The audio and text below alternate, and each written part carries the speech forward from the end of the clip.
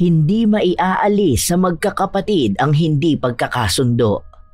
Kagaya na lang ng magkapatid sa ina na sina Delia at Thea. Likas na kay Delia ang pagiging mahigpit sa mga kapatid, hindi dahil sa gusto niya lang, kundi dahil sa pagmamahal niya sa mga ito.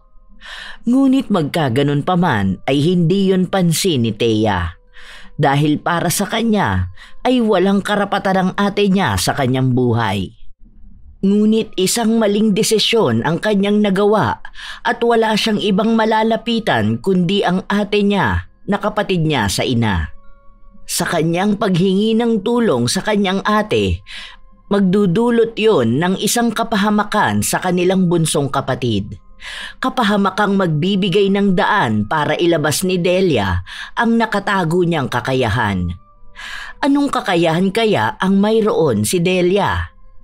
Ano kaya ang gagawin ng dalaga sa nagsanhi ng kapahamakan ni Delo? Ano ang mga hakbang niya bilang ate? May makakapigil pa ba sa kanya kung sakaling maghiganti siya sa paraang hindi nakikita ng iba? Halina at sabay-sabay nating alamin ang totoong nangyari sa pamilya ni Delia na isang manggagamot na mangkukulam. Delia, apo! Nandito na ako! Hello po! Ang aga niyo po yata nagala ngayon. Gusto ko sanang makita kung paano maghanda ang apo ko sa ipinasa ko sa kanyang obligasyon. Si Lolo naman, hindi po obligasyon ang pinamana niyo sa akin. Ang pagtulong sa mga kabaryo natin ay isang karangalan para sa pamilya natin. Hindi talaga ako nagkamali sa pagpapalaki sa'yo. Kumusta naman ang panggagamot mo? Hindi ka ba naman nanghihina? Nakakapagod po, pero ayos lang kasi masaya naman po ako sa ginagawa ko. Normal naman po ang manghina eh. Lalo na po kung ang mga ipinagagamot mga kakaiba. Katulad ng mga nabate, kinulam at kung ano-ano pa. Pero madali lang po sa akin ang mga normal na sakit. Nasa ganong pag-uusap sila nang dumating ang bunsong kapatid ni Delia na si Delo. Galing ito sa eskwelahan. Masayang-masaya itong lumapit sa dalawa at ipinakita ang daladalang supot na naglalaman ng turon. Magandang hapon sa aking pinakamamahal na ate at lolo. Nandito na si Super Delo, ang inyong lingkod. Naku, ikaw talagang bata ka. Magbihis ka na muna at samahan mo si Lolo na magmerienda. Maghahanda na muna ako para sa panggagamot ko mamaya. Yes, Captain. Bibilisan ko na magbihis at sasamahan ko magmerienda si Lolo. Tapos, ako na uli ang assistant mo. Hindi na hinintay ng binatilyo ang sasabihin pa ng kanyang nakatatandang kapatid. Dali-dali na siyang nagtatakbo papunta sa kanyang silid para magpalit ng pangbahay na damit. Ang dalawang naiwan naman sa sala ay natatawa at napapailing na lang sa binatilyo. Lumipas pa ang mga minuto at nasa kabilang kubo na si Delia. Ang lugar kung saan niya isinasagawa ang panggagamot na dati ring ginagamit ni Lolo Ado. Nang matapos ng magmerienda ang maglolo ay nagkanya-kanya na sila ng gawain. Si Lolo Ado ay naghanda ng para sa kanilang hapunan at si Delo naman ay kinuha na ang notebook na pinaglilistahan ng pangalan ng mga magpapagamot. Pagkakuha ay nilapitan niya muna ang nakatatandang kapatid. Ate, magpapapila na ako at kukunin ko na ang mga pangalan ng magpapagamot. Sige. Pagkatapos nito magsisimula na ako. Malapit na mag-alas 5 Baka gabihin na naman ako. Mukhang marami-rami sila ngayon. Bibilisan ko na pala para makasimula ka na. Lumipas pa ang mahigit 10 minuto bago nasimula ni Delia ang panggagamot. Bagamat marami ang nakapila, ay mga minor case lang naman ang pinapagamot ng mga ito. Kaya wala pang 1 oras ay may iilan na lang na natira. Isa na roon ang kanilang kapitbahay na may anak na kababalik lang nung 1 linggo galing abroad. Oh, Aling Linda! Anong nangyari kay Kuya Mando? Mukhang hindi normal ang sakit niya. Kailan pa po ba nagsimulang magkaganyan ang balat niya? Sinabi lang ng ina ng nagpapagamot na 3 araw pa lang simula ng tubuan ng maraming bukol ang katawan ng binata. Maging ang lalamunan nito ay puno rin ng bukol, kaya naman hindi makapagsalita. Kaagad namang naintindihan ni Delia ang ibig sabihin ng ginang. Kaya ang una niyang ginawa ay tinawas ito sa pamamagitan ng kandila at papel. May dasal muna siyang inusal bago ipinadaan ang papel na blanco sa kandilang kanina pa nakasindi. Ilang saglit pa ay may nakita na ang dalaga na hugis sa papel. Naku, mukhang nakatuwaan siya ng duwende. Ganito po ang gawin niyo, Aling Linda. Mag-alay po kayo ng lollipop at isang 1.5 na coke sa nag-iisang punso sa likod bahay niyo. Bata pa dumali sa kanya at wala naman akong nakikitang galit sa duwende. Nakatuwaan lang talaga siya. Napakakinis naman kasi ni Kuya Mando pagdating. Baka hindi siya nakilala. Masaya naman ang ginang sa narinig. Sinabi nito na bibili sila kaagad para sa pag-uwi nila ay maialay na. Dahil sa tuwa ng ginang ay kaagad siyang naglagay ng 500 sa may altar ng dalaga. Pagkatapos nun ay tinanong niyang muli si Delia kung babalik pa ba sila. Pahinga ako bukas pero ako na lang po ang dadaan sa inyo pagkagaling ko sa palengke bukas ng umaga. Masayang umalis ang ginang kasama ang kanyang anak na mukhang nakahinga rin ng maluwag. Ang sunod naman niyang gagamutin ay isang dalagang dayo lang sa kanilang lugar. Tulala lang ito at parang nasa ibang mundo ang pag-iisip. Hindi pa man tuluyang nakakalapit ang dalaga sa kanya ay naamoy na kaagad niya ang matapang na amoy na parang tabako. Kaya nang mailapit na sa kanya ay kaagad niyang tiningnan ang 2 kamay nito at pinagdikit yun. Sabi ko na nga napusuan ng isang kapre ang kasama niyo. Pero huwag kayong mag-alala, madali lang ito. Pero pagkatapos ko siyang gamutin, kailangan niyo pa rin siyang bantayan ha. Huwag niyo hahayaan na mag-isa lang siya. Dapat kapag matutulog siya may ilaw. Bibigyan ko na rin kayo ng gagamitin niyo para mapausukan ang kwarto niya.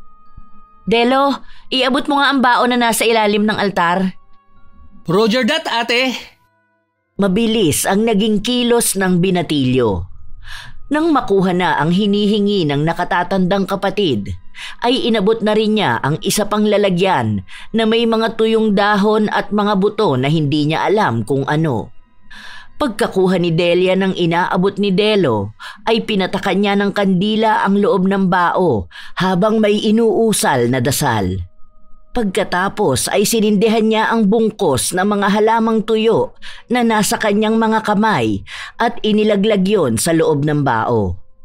Nang umusok na, nagdasal na naman si Delia habang iniikutan ng dalaga habang pinasasayaw sa kanyang kamay ang bao na may tali. Ilang minuto rin yon bago natapos. Nang matapos na siya ay umupo siya sa harapan ng pasyente at saka ito mahinang sinampal sa noo. Balik. Okay na. Sa susunod, mas maging mapagmasid kayo.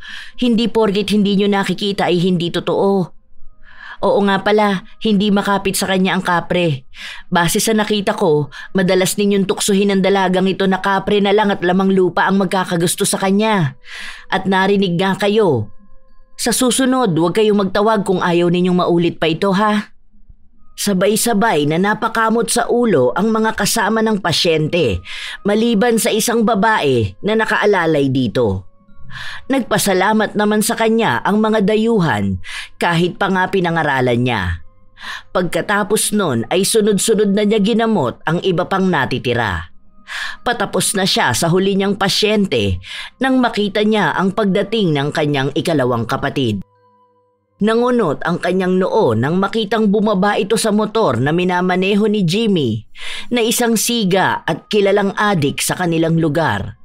Kaya naman kaagad na niyang ginamot ang kanyang pasyente para makausap si Thea. Simpleng lagnat at sipon lang po ang sakit ng anak niyo, Mang Torio. Painumin niyo lang po siya ng katas ng malunggay na may halong katas ng oregano. Nagpasalamat lang ito sa kanya Nahihiya pa ang may edad na lalaki na sinabi kay Delia na wala siyang pera kaya gulay na lang ang maibibigay nitong pambayad.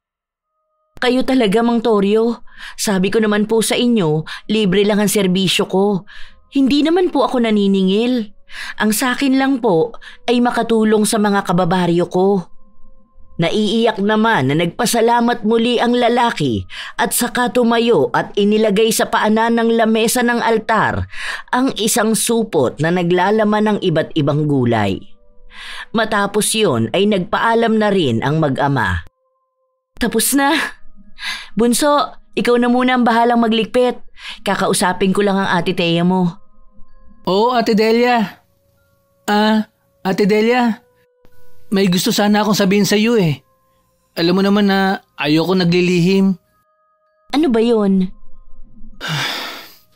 Si Ate Thea at Kuya Jimmy. Madalas kong makita sa school. Hatid sundo si ate ni Kuya Jimmy.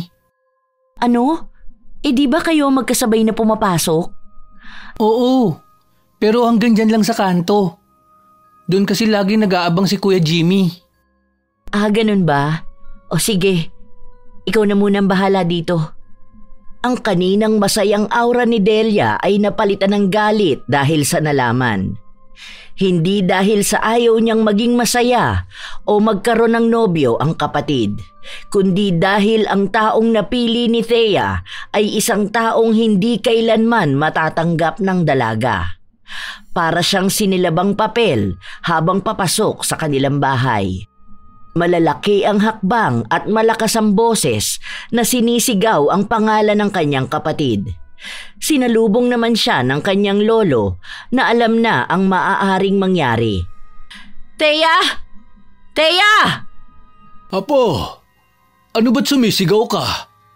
Ano bang nangyayari? Kakausapin ko lang po si Thea, lolo. Mukhang naglilihim na ang isang yan sa atin. Ano naman bang pakialam mo? Gabi na pero boses mo pa rin ang nangingibabaw sa buong baryo. Hindi ka ba nahihiya? Thea, gumalang ka naman sa ate mo. Lo, ako na po ang kakausap sa kanya. Maupo na lang po muna kayo sa sala. Matapos sabihin yun ay mabilis na nilapitan niya ang kapatid at marahas na hinila ito papasok sa kwarto niya. Nang maipasok na niya si Thea sa loob ng silid ay isinara niya ang pinto at inilak yun. Akala mo ba hindi ko malalaman ang tungkol sa inyo ni Jimmy? Nag-iisip ka ba talaga? Pinag-aaral kita hindi para magpabola sa isang tambay at adik. Ano ka ba naman, Thea? Ano naman ngayon sa'yo? Bakit? Sinabi ko bang pag-aralin mo ko? Hindi ba ikaw lang naman na may gustong magtapos ako ng pag-aaral? Isa pa, sino ka ba para diktahan ako? Hindi kasi inay, kaya pabayaan mo ko. Ginagawa ko ang lahat para sa inyo ni Delo. Oo, hindi ako si inay. Pero hanggat nandito ka sa pamamahay ko, ako ang masusunod. Hindi ko alam kung ano ba ang kasalanan ko sa'yo. Simula pa noon, napakabigat na ng loob mo sa akin. Lahat naman ginawa ko na para magkaayos tayo. Ang drama mo. Parang hindi mo naman alam na sampid ka lang sa pamilya namin. Hindi ka naman anak ni Itay pero lagi siyang pabor sa'yo. Mabuti pa si Ate Delia mo, matalino, mabait, masunurin. Ikaw lagi ang bida para kay Itay. Puto ka lang naman sa buho. Pero mas anak pa ang trato niya sa'yo. Dahil mas naging anak ako sa kanya. Bakit ba lagi na lang sarili mong iniisip mo? Simula sa araw na to, aalis ka lang ng bahay kapag kasama mo si Delo. Uuwi ka rin na si Delo ang kasama mo. Kokontrahin sana yun ni Thea, pero marahas siyang hinila ni Delia palabas sa kwarto. Patulak pa na binitawan ni Delia ang kapatid. Pagkatapos nun ay pabagsak na sinira ng dalaga ang pinto at saka sumandal sa pintuan at umiyak. Naiwan namang nanggagalaiti sa galit si Thea sa labas ng kwarto. Habang si Delia na siyang nagsara ng pinto ay parang nanghihina. Naghalo na ang pagod at sakit ng mga binitawang salita ng kanyang kapatid sa ina na mahal niya. Napasandal ang dalaga sa pinto at parang kandilang nauupos. Ano pa bang kulang? Inay, tatay, tulungan niyo po ako. Hindi ko na po alam ang gagawin ko kay Thea. Panginoon ko, bigyan niyo pa po sana ako ng lakas. Lakas para mas maintindihan ko ang kapatid ko. At lakas para maprotektahan sila. Ibinuhos ni Delia sa pag-iyak ang sakit na nararamdaman. Habang si Thea naman ay tinawag ng kanyang lolo na nakaupo sa kawayang sofa. Mabilis namang tumalima ang dalaga at tumabi sa kanyang lolo. Makikita ang lungkot sa mukha ng matandang dating manggagamot na si Lolo Ado. Apo, hindi ko maintindihan kung ano ba ang tunay na pinanggagalingan ng galit mo sa ate mo. Pero sana naman, malaman mo na kahit magkaiba kayo ng ama, magkapatid pa rin kayo. Mahal na mahal niya kayo ni Delo. Lo, sobrang higpit ni Ate Delia. Ang gusto niya lagi na lang siyang nasusunod. Paano naman po ang nararamdaman namin? Hindi nga po niya tinanong kung masaya ba kami sa mga desisyon niya para sa amin. Ginagawa niya ang alam niyang mas makabubuti para sa inyo. Hindi ko alam kung bakit hindi mo makita ang mga sakripisyo ng ate mo para lang mapuna ng obligasyong naiwan ng mga magulang niyo. Apo, hindi sa kinakampihan ko ang ate mo. Pero may utang kang paghingi ng tawad sa kanya. Pero Lo... Sige na. Tulungan mo na lang si Delo na maglinis sa kabilang kubo. Ihahanda ko ng hapunan. Malamang na gutom na kayo. Ayaw man sundin ni Thea ang kanyang lolo ay hindi rin siya kumontra. Lumabas na lang siya at tinungo ang kabilang kubo kung nasaan si Delo. Halos patapos na rin ito sa pagliligpit at paglilinis. Nakasimangot na pinanood na lang niya ang bunsong kapatid. Napansin naman yon ni Delo. Oh, Ate Thea, bakit nagkakandahaba-haba na naman ang nguso mo? Napagalitan ka ni Ate Delia, no? Ikaw naman kasi. Ewan ko sa'yo. Kahit ano namang sabihin ko mas kakampihan mo pa si ate. Malamang. Tama naman kasi talaga siya. Pasaway ka kasi. Aba, talagang pinagkakampi-kampihan niyo pa ako Hoy, Delo, nakakalimutan mo yata na ako ang kapatid mong buo. Ate Thea, iisa lang ang nanay natin. Kaya kahit ano pang sabihin ng iba, ate ko pa rin si Ate Delia. Isa pa, napakaswerte natin at siya ang naging ate natin. Kahit pa nga, hindi niya totoong tatay si Itay. Magsama-sama kayo. Bibili na muna ako ng soft drinks. Matapos sabihin yon ay umalis na si Thea at tinungo ang tindahan na malapit lang sa kanila. Napapakamot na lang sa ulo si Delo sa inasta ng kanyang ate Thea. Bata pa lang sila ay ganito na lagi kasungit ang ikalawang ate. Mas minabuti na lang ni Delo na tapusin na ang ginagawa para matulungan niya ang kanyang lolo na maghanda ng hapunan. Ilang saglit pa ay natapos na siya. Kaya naman bumalik na ang binatilyo sa loob ng bahay nila. Inabutan naman niyang nakahanda na ang lamesa. Nagsasandok na lang ng ulam si Lolo Ado. Lo, ako na po dyan. Hindi na po. Kayang-kaya ko na to. Tawagin mo na lang Ate Delia mo sa kwarto niya. Opo. Ibinaba ni Delo sa sala ang mga lalagyang naglalaman ng mga halamang gamot ni Delia na siyang ginagamit niya sa panggagamot. Kasama na roon ang langis na siya mismo ang gumagawa. Pagkababa ng mga yon ay tinungo na niya ang harapan ng kwarto ng nakatatandang kapatid. Kumatok lang siya ng 3 beses sa pinto ay kaagad na sumagot si Delia. Sandali lang. Ate, kakain na tayo ng hapunan.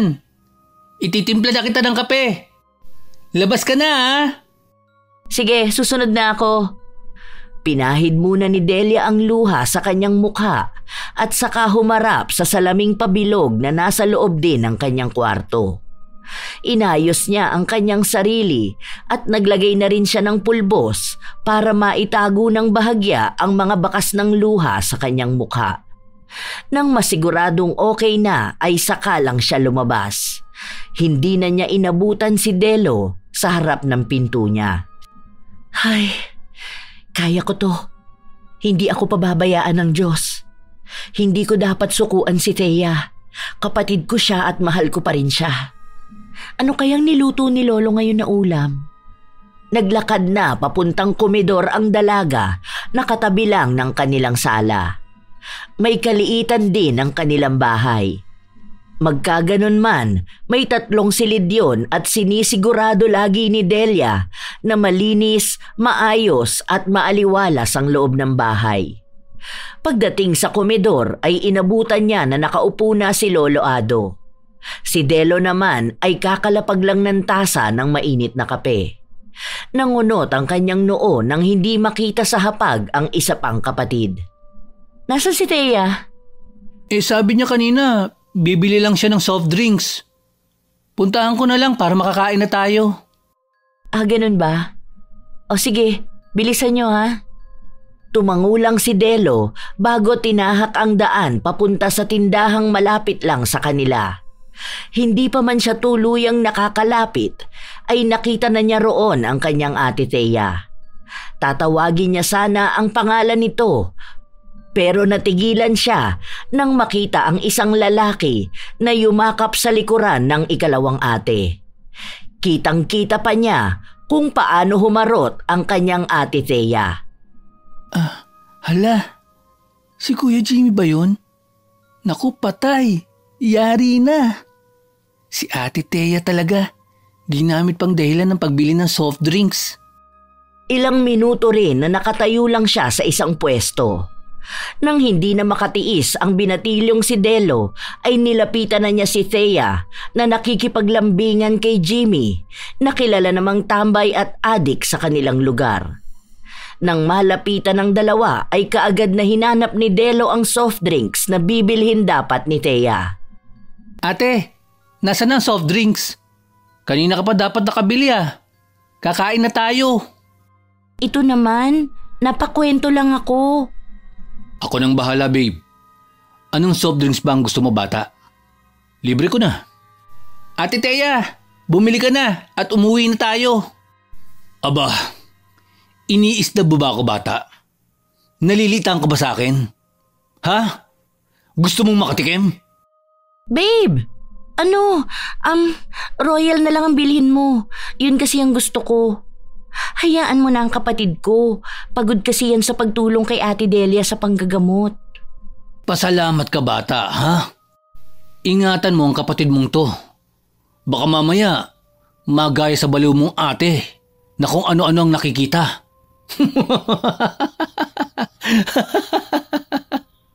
Yumuko na lang si Delo sapagkat alam niyang kapag sumagot pa siya ay baka saktan lang siya ng lalaki. Habang si Thea naman ay hinila na si Jimmy para makabili na sila. Hanggang makabili na ang magkasintahan ay nakatayo at nakayuko pa rin si Delo. Nagtaas lang siya ng tingin nang tapikin siya ng kanyang ate Thea. Tara na, bunso. Babe, uuwi na kami ah. Kita na lang tayo ulit bukas. Sure, babe. Mag-iinom nga pala kami ng tropa. Sunduin na lang kita bukas. Matapos ang paalamanan ng dalawa ay saka palang naglakad pa uwi ang magkapatid. Habang nasa daan ay hindi napigilan ni Delo ang magkomento tungkol sa pakikipaglapit ni Thea kay Jimmy. Ate Thea, kayo na ba ni Kuya Jimmy? Di ba ang sabi mo noon, magkaibigan lang kayo at nangliligaw lang siya? Bakit babe na ang tawag niya sa'yo? Hindi ka man lang ba natatakot na baka mamaya saktan ka niya? Ang alam ko adik si Kuya Jimmy. Huwag mong sirain ang mood ko. Saka hindi naman ganon si Jimmy. Hindi nyo lang kasi siya totoong kilala kaya nyo siya hinuhusgahan. At hindi siya adik. Sabi lang nyo ng mga chismosang walang magawa sa buhay. Ang akin lang, Ate Thea, sana naman mag-ingat ka.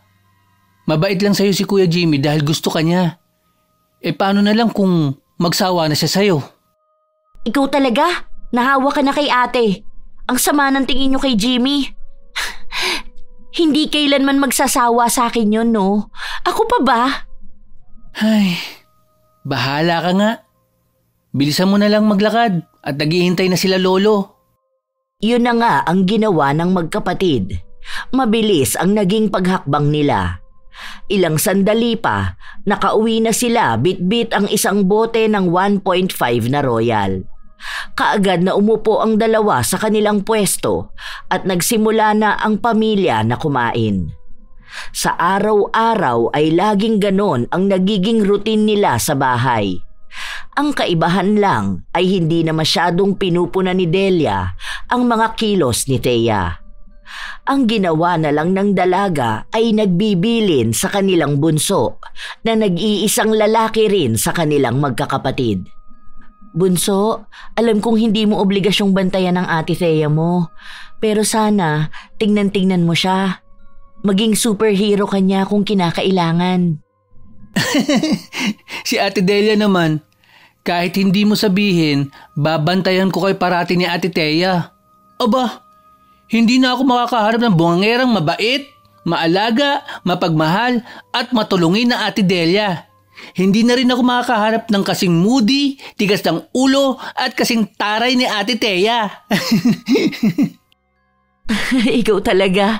Baka mamaya marinig ka na naman ng Ate Thea mo. Mayayari ka na naman dun. Joke lang naman. Pero mahal na mahal ko kayong dalawa. Kahit ibang tatay namin, minahal at inaruga mo kami. Maraming salamat sa iyo, Ate Delia. Naku, talaga naman. Tama na ang drama natin. Tulungan mo na lang ako maggawa ng mga halamang gamot.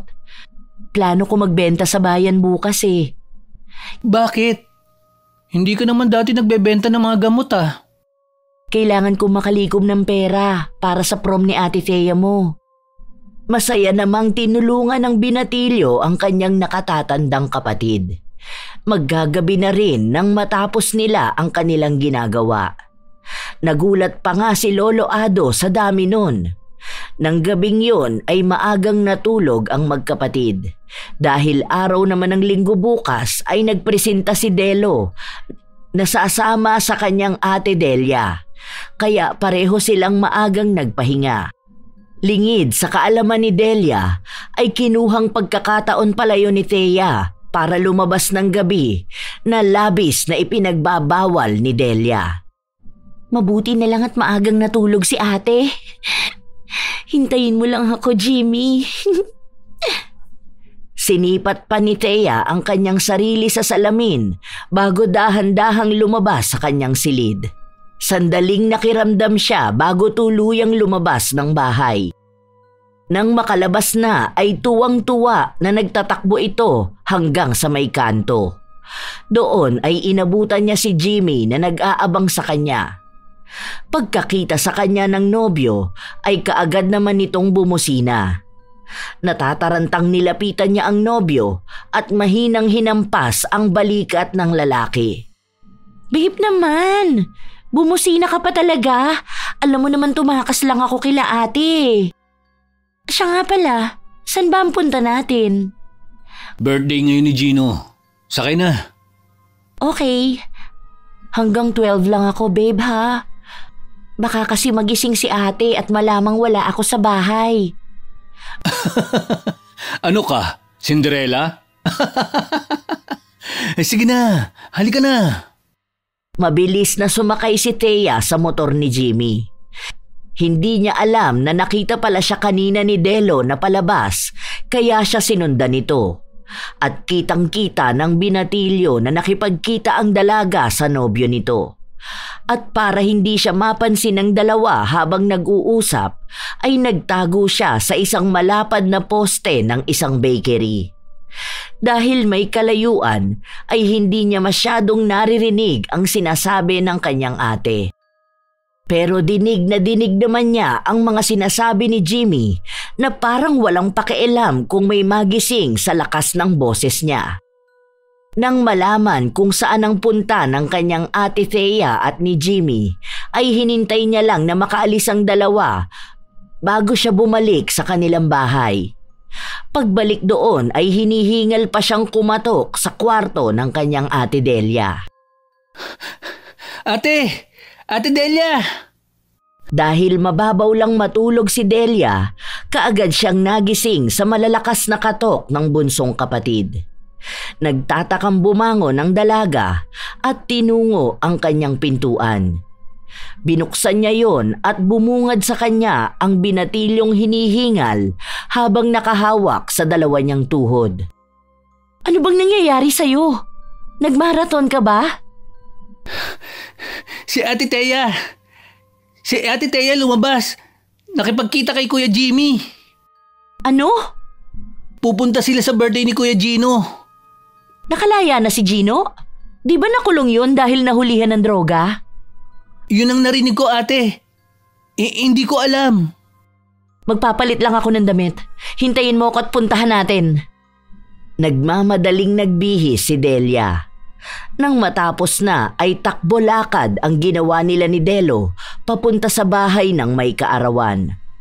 Umabot din ng mahigit 20 minutos ang kanilang paglalakad bago narating ang kanilang patutunguhan. Sa labas pa lang ng bahay ng Gino na sinasabi ni Delo ay makikita na ang ilan sa kanilang mga kabaryo na mga kilala ring manginginom. May iba pa roon na naging pasyente na rin ni Delia. Hinihingal na inilibot ng dalaga ang kanyang paningin.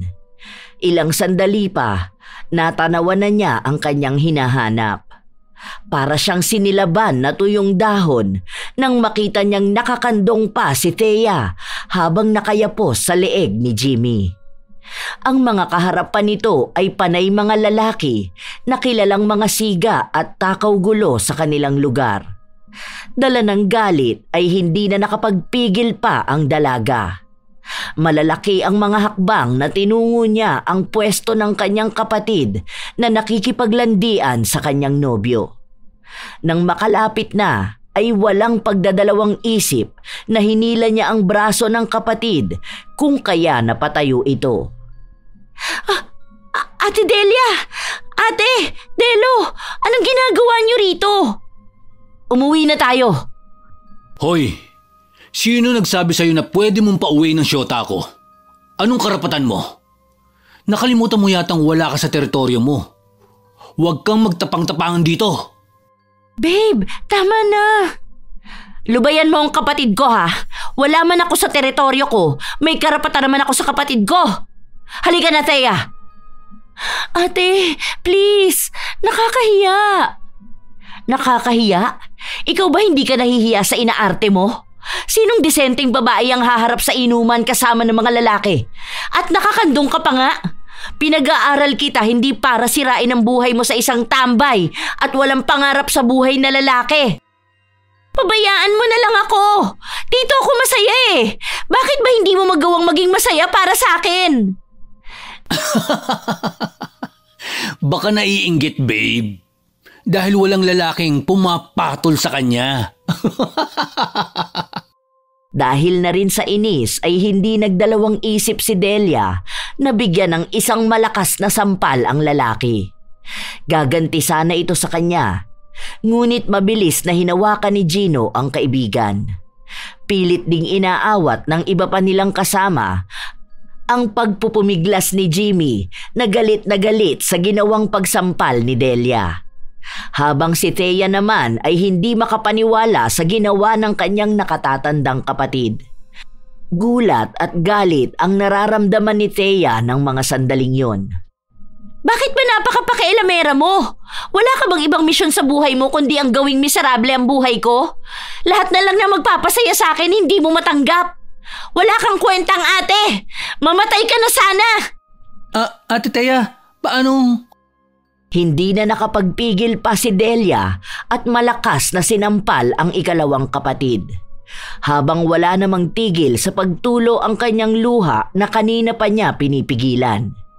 Hindi niya lubos maisip na gano'n nakalalim ang galit na meron sa puso ng kanyang kapatid.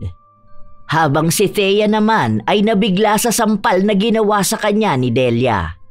Simula pa nung bata sila ay hindi kailanman siya sinaktan nito ng pisikal.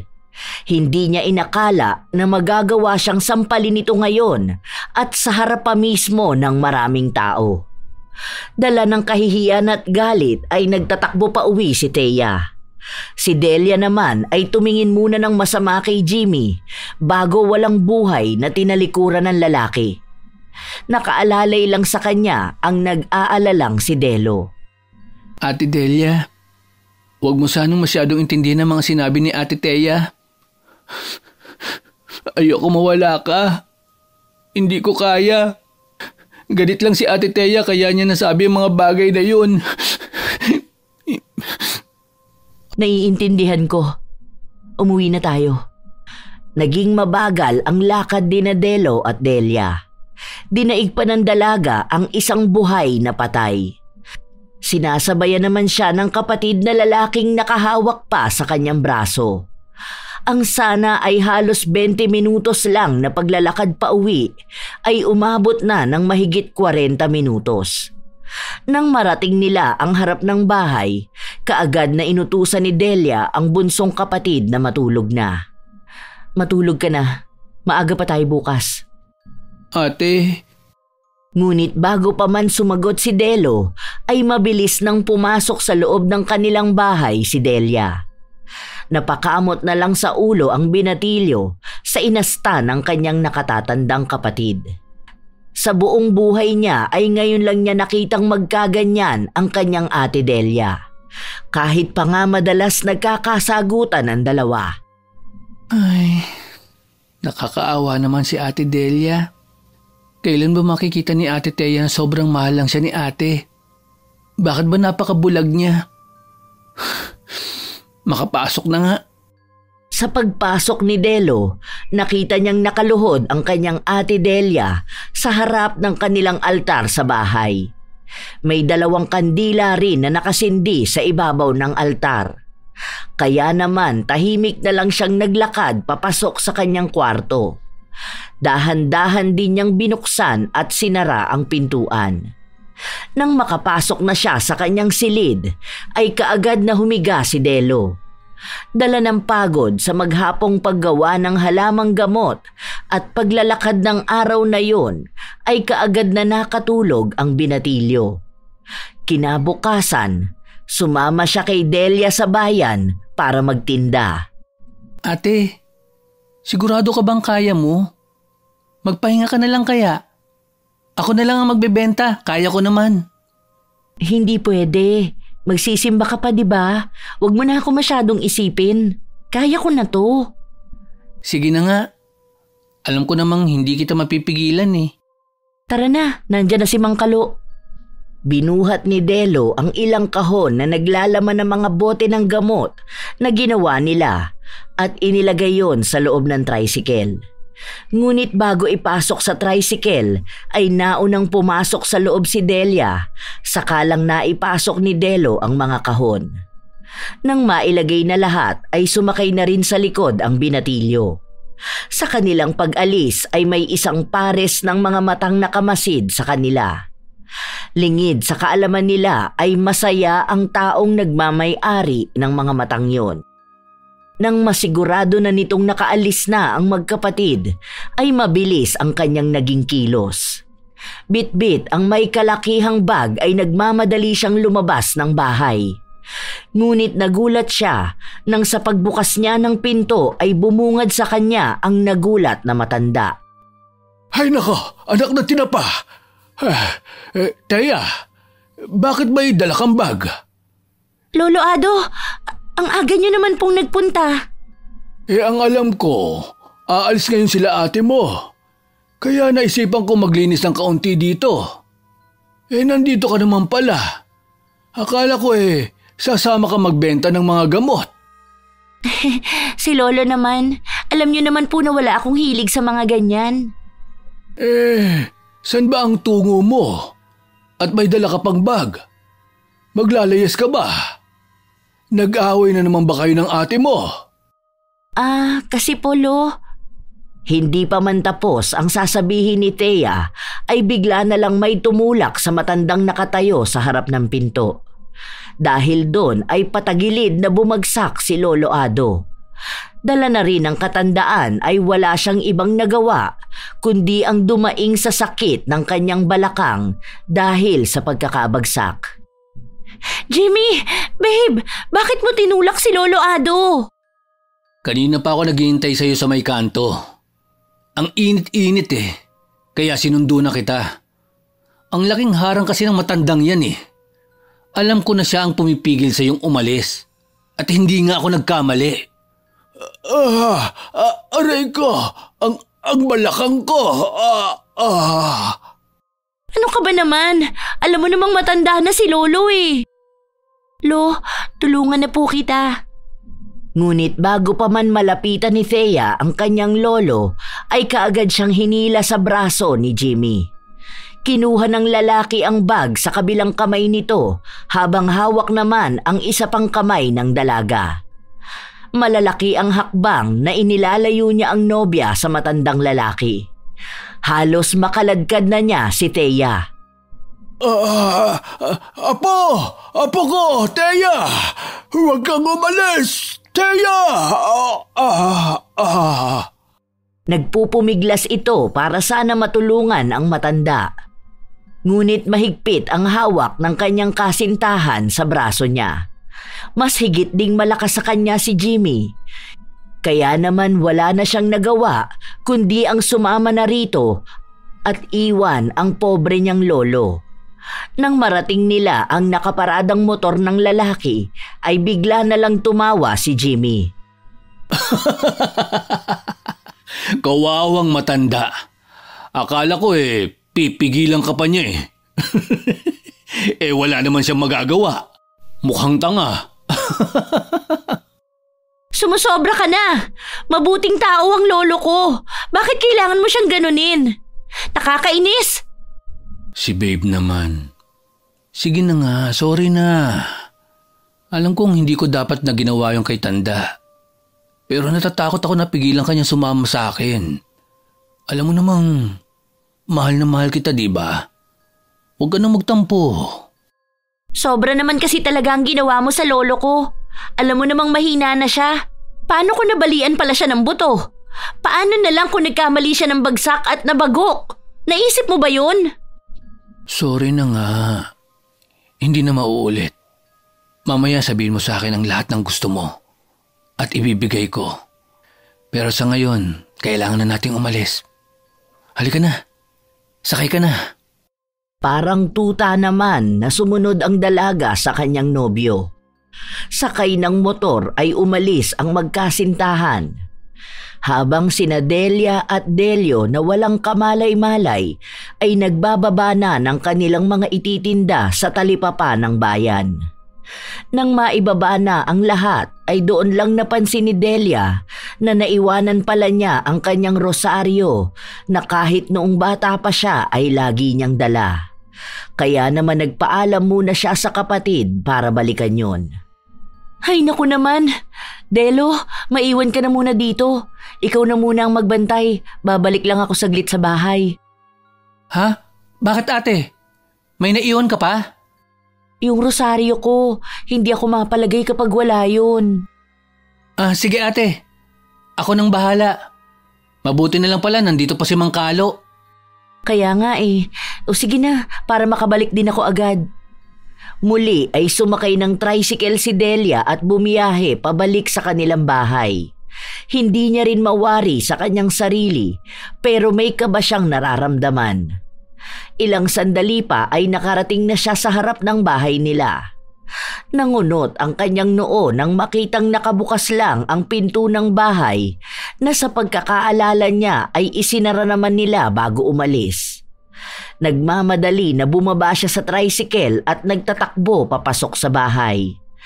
Nadatnan niyang nakaupo ng pabaluktot ang kanilang lolo Ado sa sofa na kawayan at nakahawak pa sa kanyang likod banda sa balakang. Kayo lang po pala, Lolo. Ano pong nangyari sa inyo? Pahingi nga ako ng langis mo, Apo. Sige po, sandali lang. Nagmamadali si Delia na lumapit sa kanyang altar. Mula sa likod ng isa sa mga santo ay kinuha niya ang isang bote na naglalaman ng langis. Nang makuha na yon ay dali-dali siyang bumalik sa sala at nilapitan ang kanyang lolo na panay ang haplos sa balakang. Ako na po, Lo. Ano po bang nangyari? Nagpunta kanina dito si Jimmy. Si Jimmy? Ano naman pong ginawa niya rito? Sumama na sa kanya si Thea. Ano po? Bakit hindi niyo po sinabi kaagad? Hindi ito maaari. Dito ka lang po muna, Lo. Kailangan ko sunduin ang pasaway na bata na yon. Nagmamadaling tumayo si Delia. Lakad takbo na pinuntahan niya ang bahay nila Jimmy. Hindi siya nagpaawat kahit pangapanay ang tawag sa kanya ni Lolo Ado. Para siyang walang naririnig. Ang gusto lang niya ay puntahan ng kapatid at iuwi ito. Hindi pa man siya nakakarating sa kanyang pupuntahan ay nakita na niya ang kanyang kapatid kasama si Jimmy habang naglalampungan sa harap ng isang tindahan kung saan ay may mga nag-iinuman. Galit na lumapit siya sa mga ito. Nang makalapit na siya ay walang salitang hinila niya ang kanyang kapatid. Sa gulat naman ni Thea ay parang hindi pa nito nauunawaan ang nangyayari. Natauhan na lang siya nang may isa pang humila sa kanya pabalik. Kaya nang sandaling yun lang siya nagpipiglas sa pagkakahawak ni Delia. Ano na naman ba ang drama mo? Bakit ba palagi ka na lang nanggugulo? Akala ko ba manggagamot ka? Bakit hindi ka na lang bumalik sa inyo at manggamot ka ng mga tangang tao na naniniwala sa mga multo at engkanto? Wala akong pakialam sa mga sinasabi mo. Bitawan mo ang kapatid ko at uuwi na kami. Hindi! Ayoko! Ayoko nang umuwi sa inyo! Paano ang pag-aaral mo? Paano na ang mga pangarap mo? Thea, nakikiusap ako sa'yo. Umuwi na tayo. Ate, sorry. Pero magsasama na kami ni Jimmy. Alam ko na kahit anong gawin kong pagre-rebelde, hindi mo siya matatanggap. Mahal na mahal ko po siya. Oh, narinig mo naman, di ba? Hindi siya sasama sa'yo. Sa akin na siya uuwi. Ako na ang pinili niya. Kaya makakaalis ka na. Peste kang babae ka. Hindi na ba talaga kami mahalaga sa'yo? Si Delo, si Lolo, kahit hindi na ako. Umiiyak na kumapit lang si Thea sa kanyang nobyo. Iniwas din ito ang kanyang tingin sa nakatatandang kapatid. Naintindihan naman ni Delia ang nais nitong iparating. Kaya malungkot na tumalikod na lang si Delia at mabibigat ang paang humakbang pabalik sa kanilang bahay. Habang nasa daan ay para siyang wala sa sarili. Umiiyak habang naglalakad na tila ba nakalutang. Ano bang pagkukulang ko? Inay, Itay, sorry. Hindi ko na magawang protektahan si Thea. Ayoko na siyang mas masaktan pa. Sa palagay ko, kailangan ko na siyang palayain. Dahil wala sa sarili, ay nandyang kamuntika na siyang mabangga. Pero patuloy lang siya sa paglalakad. Wala siyang ibang gusto kundi ang makauwi na. Lumipas pa ang ilang minuto ay narating na niya ang kanilang bahay. Nasa harap ng pinto ang kanilang lolo na nagkakanda haba-haba na ang leeg sa pag-aabang sa kanyang pagbabalik. Nang makita siya nito ay kaagad siyang sinalubong. Nang makita ni Delia si Lolo Ado ay hindi niya mapigilang humagulgol at tumakbo pasalubong dito. Lolo! Lo, ayaw nang umuwi ni Thea. Apo ko, hayaan mo na. Hayaan mo na siya. Hindi niya sana pagsisihan ang kanyang desisyon. Tumahan ka na, apo ko. Tandaan mo na nandito pa si Delo. Hindi pa katapusan ng mundo. Hindi mo hawak ang kanilang buhay. Alam ko ang gusto mo lang ay magkaroon sila ng maganda at maayos na kinabukasan. Pero apo, hindi mo sila pwedeng diktahan sa mga desisyon nila. Lo, alam mo pong hindi ko sila dinidiktahan. Pero hindi ko rin naman po sila hinahayaang magdesisyon ng mali. Kasalanan ko to. Ako ang dahilan kung bakit nagkakaganon si Thea. Hindi mo kasalanan. Alam kong sobrang mahal mo lang sila, apo. Halina muna sa loob. Pumasok na tayo.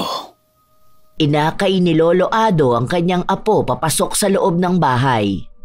Pagpasok ng bahay ay pinaupo siya ng matanda sa sofang kawayan bago siya tumabi sa apo. Yumakap si Delia sa kanyang lolo at mas lalong humagulgol. Habang si Delo naman ay nagtataka kung bakit hindi pa rin nakakabalik ang kanyang ate Delia. Kaya naman tinawagan niya ito pero hindi ito sumasagot. Kaya naisipan niyang tawagan si Thea sa pag-aakalang nasa bahay lang ito. Nakadalawang ring lang ay sumagot naman ang kanyang tinatawagan. Ate Thea, nakauwi na ba dyan si Ate Delia? Delo, ano kasi? Sino ba yan, babe? Akin na nga. Babe naman, ano ba? Sandali lang. Hello, huwag ka na nga tatawag pa kay Thea.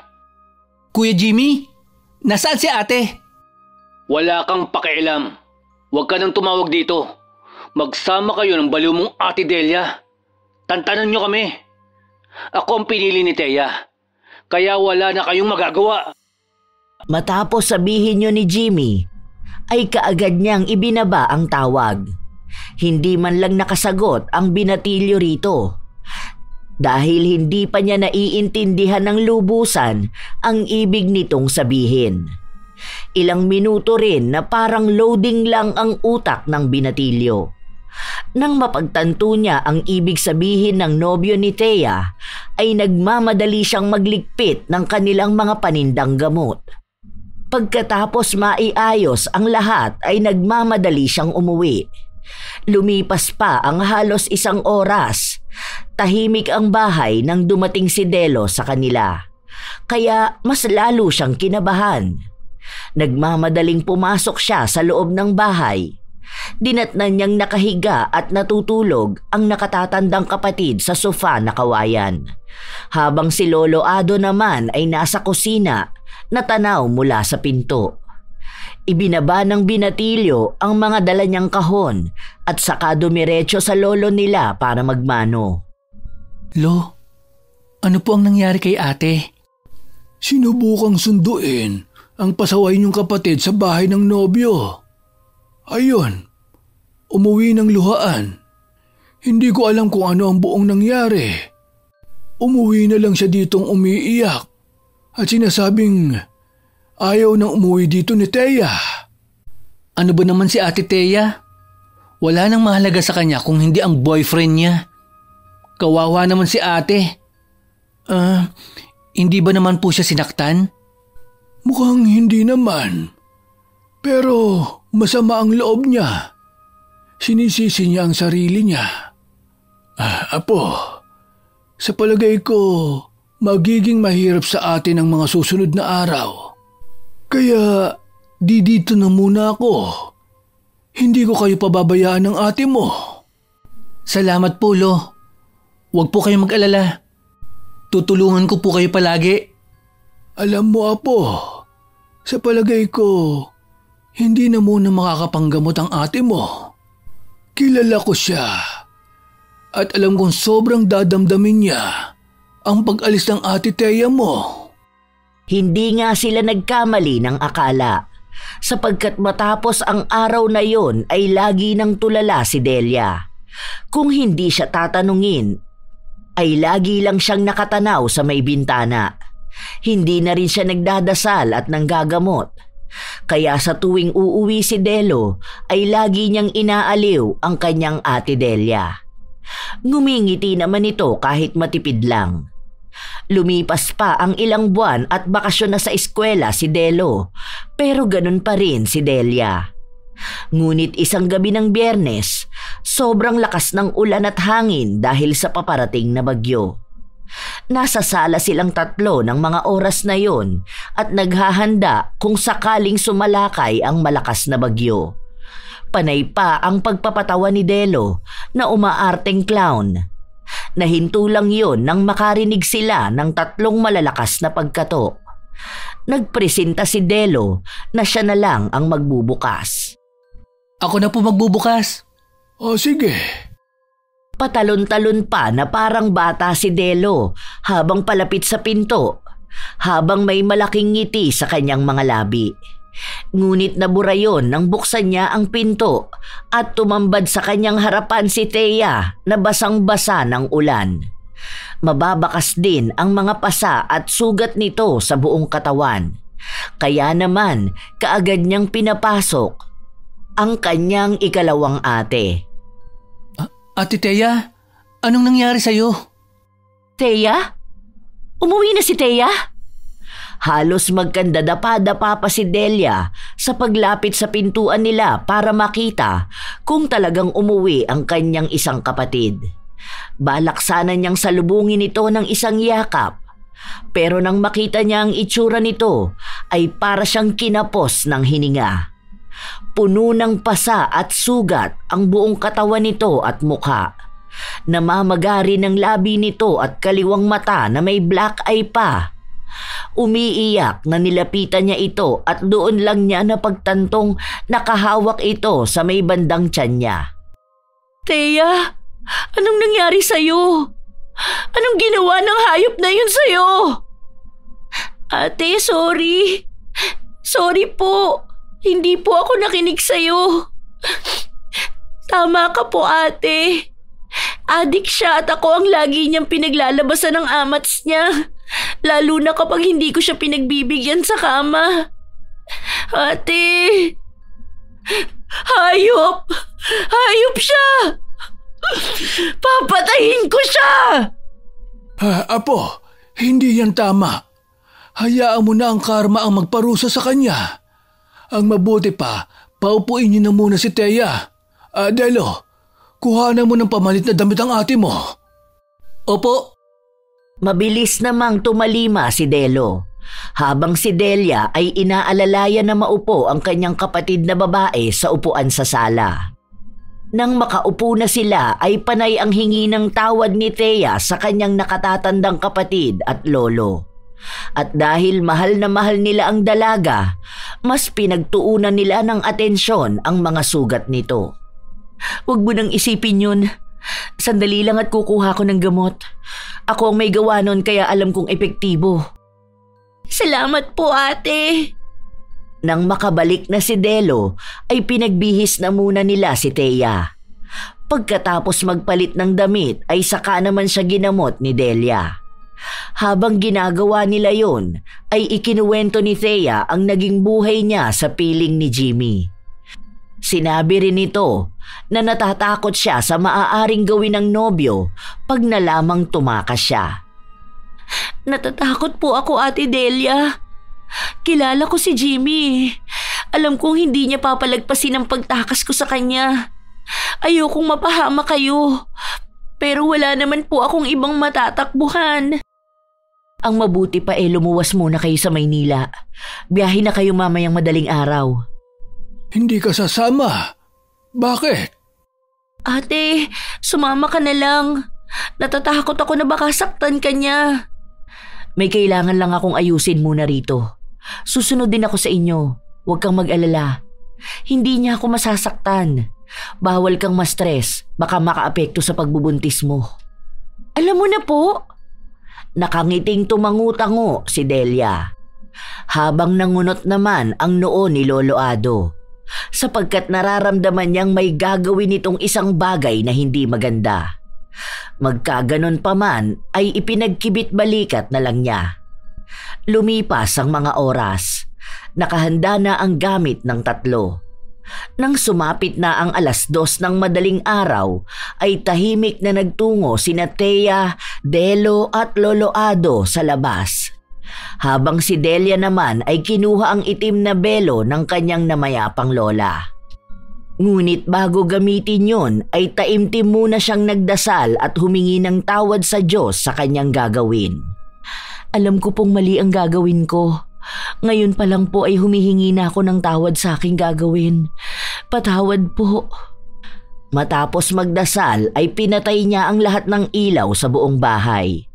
Tanging ang naiwan na lang na nagbibigay liwanag ay ang mga nakasinding kandila.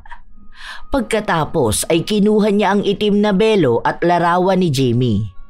Nang makuha niya yon ay nagpakawala muna siya ng isang malalim na buntong hininga bago isinuot ang itim na belo. Inilagay niya sa harap ng mga kandilang nakasindi ang larawan ni Jimmy. Nang magawa na niya yon ay dumapa siya sa sahig habang umuusal ng Latin na mga salita. Habang si Jimmy naman ay nagmamasid sa 3 tao na nakita niya kanina lang habang papunta sana siya sa bahay ng nobya. Ang kapal ng mukha mong takasan ako, ha? May bala ka pang lumayo. Akala mo hindi kita mahuhuli. Pwes, nagkakamali ka. Kung iiwan mo rin lang ako, mas mabuti pang mamatay ka na lang. Matapos sabihin yon, ibinato niya ang kanyang sigarilyo at mabilis na nilapitan ng 3 na nag-aabang sa pagdaan ng bus papuntang Maynila. Inilabas din niya ang isang matalas na kutsilyo na nakasuksok sa belt ng kanyang suot na shorts. Dahil nakatalikod ang 3 sa kanya ay walang kahirap-hirap na nalapitan niya ang mga ito. Uundayan na sana niya ng saksak ang nobya. Pero maagap si Delo at walang pag-aalinlangang iniharang ang sarili sa buntis na kapatid. Ate Thea, ilag! Oh! Delo! Tulong! Tulungan niyo kami! Dahil sa lakas ng sigaw ni Lolo Ado, ay may mangilan-ngilang lumabas at sumilip sa kani-kanilang bahay. Dahil doon ay nagmamadaling nagtatakbo si Jimmy palayo. Ngunit hindi pa man siya nakakalayo, ay bigla na lang siyang nakakita ng isang babaeng nakabelong itim. Sinubukan niyang takasan ito, ngunit kahit saan siya magtungo ay nakikita niya ang babae. Sa labis na takot, pumasok siya sa isang bahay kubo na walang nakatira. Nang akala niyang natakasan na niya ang babaeng nakabelo, ay tumawa siya ng malakas at nagmura pa. Sira ulo! Akala mo mahuhuli mo ako? Ang tanga mo! Mas mabilis pa rin ako sa'yo! Ngunit naputol ang kanyang pagtawa nang makarinig siya ng malakas na tawa ng babae mula sa kanyang likuran. Dala ng takot ay nagmamadaling lumabas siya at nagtatakbo pa uwi sa bahay niya na hindi naman kalayuan doon. Habang sa bahay naman nila Delia ay naantala ang kanyang ginagawa dahil sa malalakas na katok sa may pintuan. Sino naman ang pupunta sa akin ng ganitong oras? Bumalik kaya sila Delo? Mabigat man sa loob ay hininto niya muna ang kanyang ginagawa at itinago ang belo at larawan sa ilalim ng altar. Pinatay din niya ang mga kandila. Nang masiguradong wala nang makikitang kakaiba sa bahay nila, ay sakalang niya tinungo ang pinto at binuksan ito. Bumungad sa kanyang harapan ang kanilang kapitan. Sinabi nito na nasaksak si Delo at isinugod sa ospital. Malala di umano ang lagay ng binatilyo. Nagulantang ang dalaga sa balitang yon. Ano pong ibig niyong sabihin? Sino pong sumaksak? Wala namang kaaway ang kapatid kong yun ah.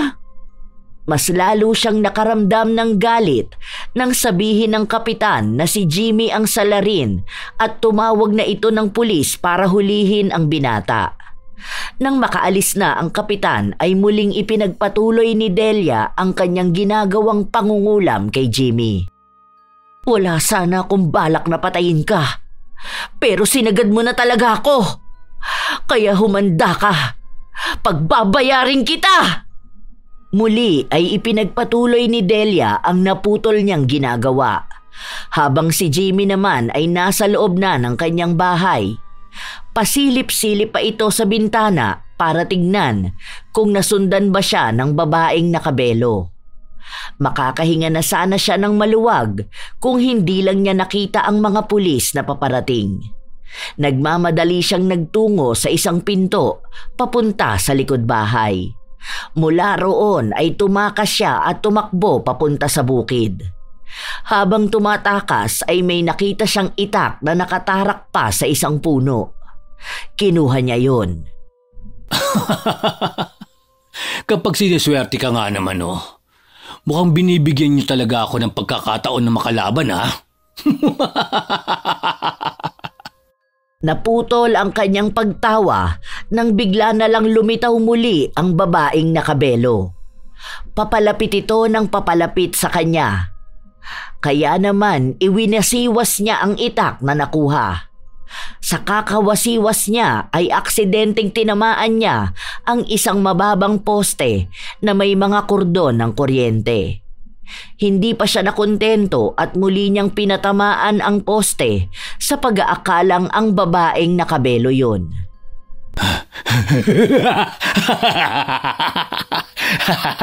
Akala mo huli ka ngayon. Mamamatay ka na! Ngunit sa kanyang paghampas ay kasunod nun ang kanyang pangingisay. Dahil ang tinamaan na pala niya ay ang mga lumaylay na kordon ng kuryente. Kahit nang bumagsak na siya ay nagkikisay pa rin siya dahil ang isa sa kordon ay pumulupot sa kanyang leeg. Habang sa bahay naman nila Delia ay nagtanggal na siya ng itim na belo. Nilinis niya muna ang kanyang mga ginamit at naghanda bago tumungo sa ospital na pinagdalhan sa kanyang kapatid. Tama lang sa'yo yan. Ito ang tandaan mo, Jimmy. Kung sa impyerno ka man mapunta, ikaw ang nagtulak sa akin na tapusin na ang peste mong buhay.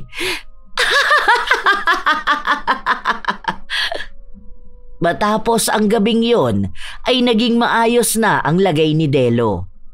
Nagkasundo na rin sina Thea at Delia. Naging masaya na rin sa wakas ang kanilang pamilya. Habang si Lolo Ado naman ay masinsinang kinausap ang apong manggagamot. Nangako naman ito sa kanya na babalik sa bundok at magpepenitensya sa kasalanang nagawa. Nang sa ganon ay makabalik siya sa panggagamot. Katulad nga ng kasabihan ng iba na sa oras ng kagipitan ay walang ibang tatanggap sa atin kundi ang mga taong tunay at wagas na nagmamahal sa atin. At iyon ay ang ating pamilya. Bilang isang kapatid, walang masama kung makikinig tayo sa mga taong totoong may malasakit sa atin. Hindi porket mabait at napapasunod natin sa umpisa ay hanggang dulo na yon. Laging tandaan na minsan napapahamak tayo sa mga mali nating desisyon sa buhay at pagpili ng taong mamahalin. Kaya kilalanin nating mabuti ang mga taong ating sinasamahan. Shout out sa ilan sa mga masusugid nating tagapakinig.